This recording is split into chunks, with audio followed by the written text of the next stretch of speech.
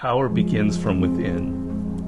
If you're aware of who you are, if you're aware of what you're good at, what you're not good at, if you're able to see how emotions kind of govern your life, if you can learn what your weaknesses are and how to control them, you can't ever get complete control, but awareness is almost enough. Slowly through this process of knowing who you are and understanding other people and how they operate so you don't make stupid mistakes in life, you can increase that little tiny margin more and more and more, and you will be a person of power. Law number 1 in the 48 Laws of Power is called never outshine the master. And almost every single person in the world has violated that law, myself included. Basically how it works, you're so eager to impress your boss or whomever in your new job that you try so hard that you make him or her feel insecure. Like maybe you're younger and better than they are. And because of that, you're fired or something bad happens to you and you never know why. Do you think meditation is allowing you to make more interesting connections because of the quiet? Yes, I mean, I'm not going to go too deeply into this. It's a theory of creativity that's not my own, but that I use a lot in Mastery. And basically the idea is that ideas are generated in the unconscious. They're not generated consciously.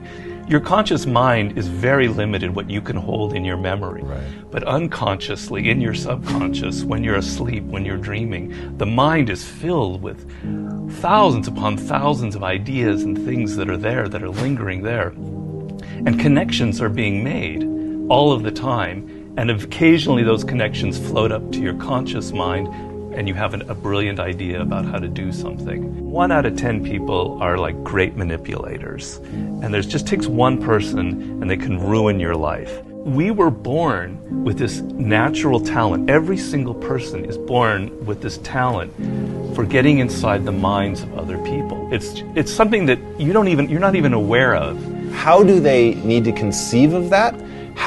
To what end are they using that skill to make their own dreams come true? First thing is you're not aware of this power that you have. You're walking around in life. I'm not critical because I'm the same, sort of sleepwalking. You're inside hearing your own thoughts day in, day out, like a continually, circling loop in your head. And you're not aware of the fact that if you stop that and you look at other people, a world opens up to you. So what's the first component of that world? Nonverbal communication. 95% of what really matters in communication between people is not through words. Words are used to deceive you, to disguise what people are really thinking. What are just a step or two that they can take down that path starting today? The first thing to understand is the most important, and that it is a skill. If you want to play the piano, you can't just sit down and suddenly play. You've got to practice it. You've got to practice it every day. And if you practice an hour a day, you're going to get better at it. Why are children able to learn and an adult can't? The reason is children don't think that they're superior. They don't think that they already understand the world. They're this small. They're weak. They're defenseless. They have to learn or they're going to die.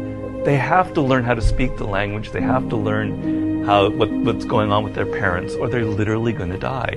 Do you have tricks that you use for ensuring that genius does not become a young man's game, that your books truly get better and better over time? Basically, every time I begin a book, I'm deathly afraid of failing. I feel like, it's not going to sell as well as the last book. I'm losing it. I got to go back to square one. Each project, each thing that you do in life, you have to kind of create that feeling in the gut like, I don't know if I'm going to be able to pull it off. I don't know if I can go 12 rounds with Floyd Mayweather this time. I don't know it. The secret really to success in life, I have to say, is retaining, I talk about this in Mastery, is retaining your childlike qualities. If you're completely a child, that's not going to work. Negative capability is rule number 1 for being a creative person. And if you don't follow anything else in Mastery, that would be enough.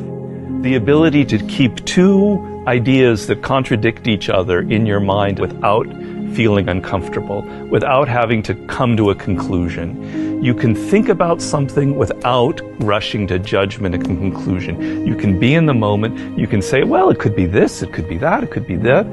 And you don't have to decide whether it's A, B, or C. You're open to adopting 3 or 4 different viewpoints. Wake up and understand that there's an urgency here, and that if you're not practicing something now, if you're not aware, if you don't have a path towards something better, you're rotting on the vine, and that day of reckoning will come at some point, and it will be painful. You're not going to feel it suddenly, it'll be slow, but it'll come and it won't be good. Just being aware that you now have a plan is enough to lift you out of that depression. Okay, I'm working at Burger King, but I know I'm going to get to this community college and get a degree here after I save enough money. Having a goal is like, will change you completely from being depressed or not taking care of yourself to being energized and moving in the right direction.